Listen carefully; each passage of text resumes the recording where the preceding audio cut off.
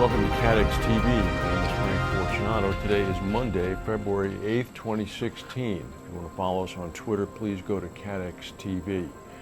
There was a 6.4 earthquake that struck the island nation of Taiwan on Saturday. Apparently now the death toll has reached 39 people. All of the deaths are associated with a large apartment complex that apparently simply crumbled. There remain to be apparently 118 people who are still missing, a number of whom are still thought to be alive because of cell phone transmissions that are going on from some of those seemingly trapped. Emergency workers have now come across tin cans that apparently were built into the walls of the toppled complex. An engineer locally have said that tin cans for such purposes in construction was not illegal prior to 1999, but since then styrofoam and framework boards have been used instead. It's an interesting practice which no doubt makes the structure far less sturdy. According to observers, the building essentially collapsed onto itself. When you see the aerial images around the city of Tainan, the rest of the buildings are still standing, but this particular apartment complex is as damaged as it is. On Friday, a huge 565-foot construction crane toppled from the top of a building, landing on a busy street in Manhattan, about 10 blocks north of the World Trade Center during the Friday morning rush hour, killing one person. Miraculously, only one person died, an innocent bystander on his way to work. The 565-foot crane came thundering down in the midst of a 20-mile-an-hour wind gust period. The crane itself was apparently rated for 25 miles, but the operators of the crane decided to secure it because the wind gusts seemed to be intensifying. The crane was being used to install generators and air conditioning units atop a nearby high-rise. The crane was operated by a company in Queens called Galasso Trucking and Rigging. Calls to them have not been returned. Very heavy rain in northern Queensland in Australia have left large parts of the province underwater. Flood watches remain in force today. The heaviest stretch of rain occurred from Cooktown to Mackay in the far northern part of the state, which saw about 12 inches of rain over the past 2 days. These totals easily surpassed the heaviest rainfall totals seen in the whole country this year. 6 workers have died in an explosion at a pharmaceutical plant on the outskirts of Hyderabad in India. The bodies apparently were charred and mutilated beyond recognition, according to local press reports. The local press is saying that they understand a reactor in the factory exploded. The 6 workers working near the reactor died on the spot. There's a large demonstration of relatives and friends outside the plant now demanding compensation for kin of those killed. Somali intelligence officials are saying that 2 airport workers handled a laptop that concealed a bomb that later exploded in that Airbus 321 last week.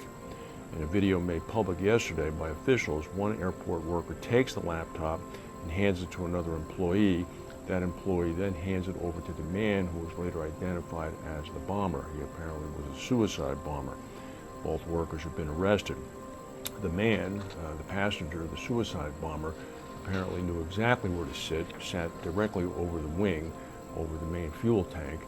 Had the plane reached cruising altitude, and had he been able to detonate the bomb at that altitude, the plane itself would have exploded. However, the explosion was detonated at an altitude of about 11,000 feet, and as a result did not cause a plane-wide explosion. It simply caused an explosion next to the man, rupturing the fuselage, sucking him out, dropping him 2.5 miles to the earth, where in fact he did effectuate his plan to kill himself. Fortunately, nobody else was killed. There's some imbroglio going on now between the Somalis and the Turks. The flight had been scheduled to fly from Mogadishu to Djibouti. The incoming flight that was being operated by Turkish Airlines was canceled because of bad weather.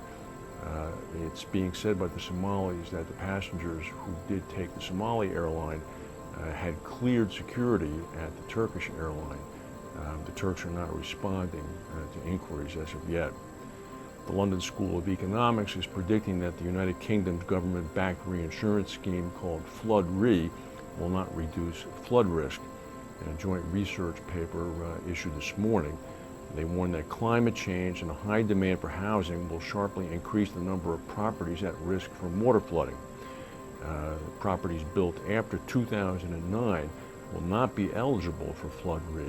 However, because of the desirability of the locations that are being protected, new construction is going to continue, which is going to provide a further drain on the permeability of that area by creating more paving, more concrete, more streets, and less opportunity for water to naturally be soaked into the aquifers. The report is urging better urban drainage systems. The new CEO of Credit Suisse, Tidjani Thiam, who had previously been the CEO of insurance companies Aviva and Prudential in the UK, has said that he has proposed to the Credit Suisse board that he get a significant cut in his bonus after the Swiss bank posted disappointing earnings last week and announced 4,000 job cuts. In an email, he said, quote, "I cannot demand sacrifices from others and not make any myself."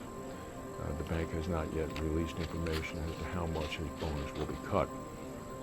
Yesterday, the Super Bowl occurred in the United States. It was a bit of an upset. The Denver Broncos defeated the Carolina Panthers by a score of 24-10. At the game was the North Carolina governor, Pat McCrory. The game was held in California in Levi Stadium in Santa Clara. After the game, the governor was involved in a car accident. His car was totaled. He experienced a minor injury, but unfortunately was able to transfer it to another vehicle and traveled on home safely. Unfortunately, I am not a betting person. I would have lost money. That's the news for today. If we have any breaking news, we'll come back and tell you. Thank you for watching, and we'll see you tomorrow.